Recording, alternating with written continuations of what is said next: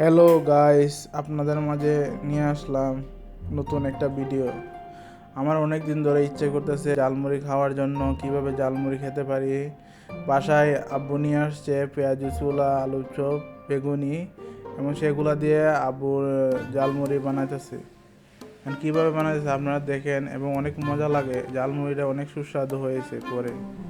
এর সাথে মিশানো হচ্ছে টমেটো, পেঁয়াজ, মরিচ, আলুর চপ, বেগুনি, আরও সাথে সিক্রেট আইটেম মশলা।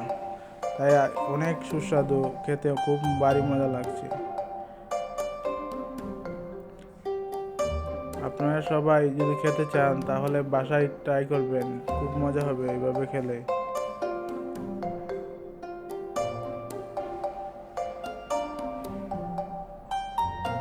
মুড়ি দিয়ে নিচ্ছি, যতটুকু পরিমাণ মতো লাগবে ততটুকু মুড়ি দিয়ে আমরা ভালোভাবে মাখিয়ে ফেলবো, যেন মুড়ির সাথে সব ছোলা মুড়ি এগুলা মিশে যায়। আপনারা বাসায় ট্রাই করবেন এবং খাবেন। ভিডিওটা দেখলে ভালো লাগলে সাবস্ক্রাইব করবেন, কমেন্ট করবেন, শেয়ার করবেন প্লিজ। বন্ধুরা, দয়া করে আপনারা ভিডিওটা সম্পূর্ণ দেখবেন। আবার দেখা হবে।